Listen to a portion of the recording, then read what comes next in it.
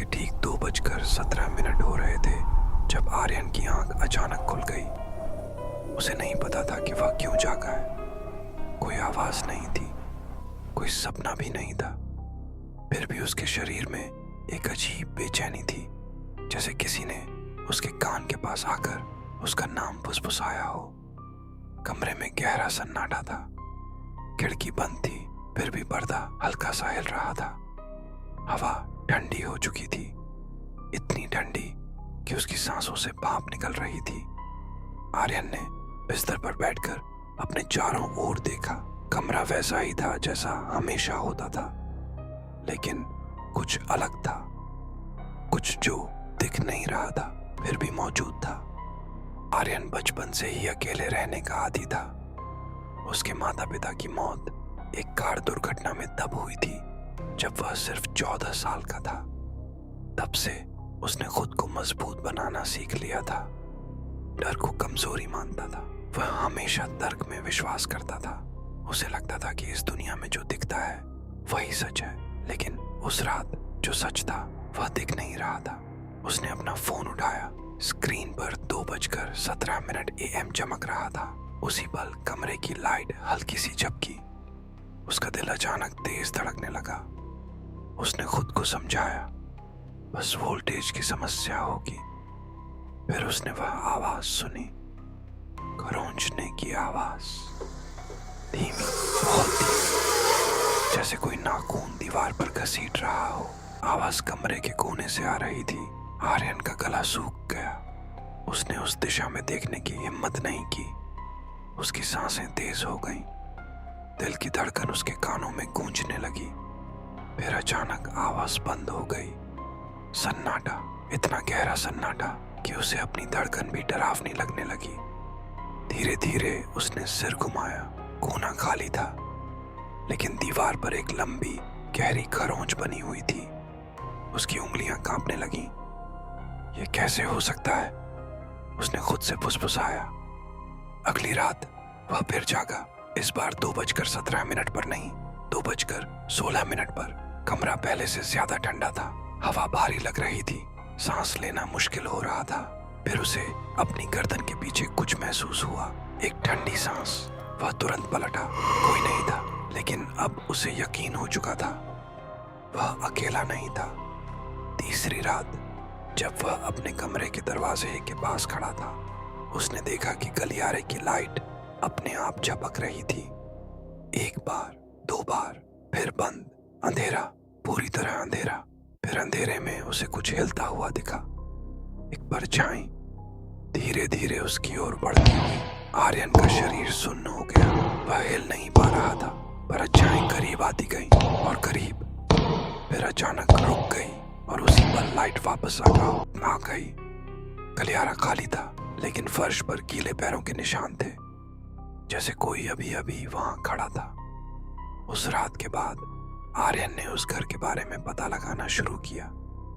उसे जो पता चला उसने उसकी रूह तक जमा दी। इस घर में पहले विक्रम नाम का आदमी रहता था। विक्रम एक डॉक्टर था, लेकिन वह लोगों की जान बचाने वाला डॉक्टर नहीं था। वह लोगों को मारता था, धीरे धीरे उन्हें डराकर, उनके डर से खेलकर। उसे लोगों की आंखों में डर देखना पसंद था। एक दिन उसके पास उसके अपने मरीजों के परिवार वालों ने उसे पकड़ लिया। उन्होंने उसे इसी घर में बंद कर दिया और उसे वहीं मरने के लिए छोड़ दिया, अंधेरे में, अकेले, डर के साथ। कहा जाता है मरने से पहले उसने कहा था, मैं यहीं रहूंगा हमेशा। उस रात जब आर्यन सोने गया, उसे लगा कि कोई उसे देख रहा है। कमरे की हवा फिर ठंडी हो गई। लाइट फिर झपकी और इस बार उसने उसे साफ देखा। दरवाजे के पास एक लंबा, दुबला आदमी। उसका चेहरा छाया में था, लेकिन उसकी वे आंखें चमक रही थीं, सीधे आर्यन को देख रही थीं। आर्यन की सांस रुक गई। वह हिल नहीं पाया। वह आदमी धीरे धीरे आगे बढ़ा। हर कदम के साथ कमरे का तापमान गिरता गया। आर्यन का शरीर कांपने लगा। उस आदमी ने अपना सिर थोड़ा झुकाया और फुसफुसाया, तुम मुझे देख सकते हो। उसकी आवाज इंसानी नहीं थी, जैसे कई आवाजें एक साथ बोल रही हों। आर्यन चीखना चाहता था, लेकिन आवाज नहीं निकली। वह आदमी और करीब आया। अब उसका चेहरा दिख रहा था, सड़ी हुई त्वचा, खाली आंखें और एक मुस्कान, एक भयानक मुस्कान। फिर अचानक सब अंधेरा हो गया। जब आर्यन की आंख खुली, वह फर्श पर पड़ा था। सुबह सुबह हो चुकी थी, लेकिन उसके हाथ पर उंगलियों के गहरे निशान थे, जैसे किसी ने उसे कसकर पकड़ा हो। दिन बीतते गए और वह चीज, वह हर रात और करीब आती गई। अब वह सिर्फ दिखती नहीं थी, वह बात करती थी, फुसफुसाती थी, उसका नाम लेती थी। एक रात उसने कहा, तुम समझते हो कि तुम यहाँ रहते हो, लेकिन अब ये घर मेरा नहीं, तुम मेरे हो। आर्यन टूटने लगा।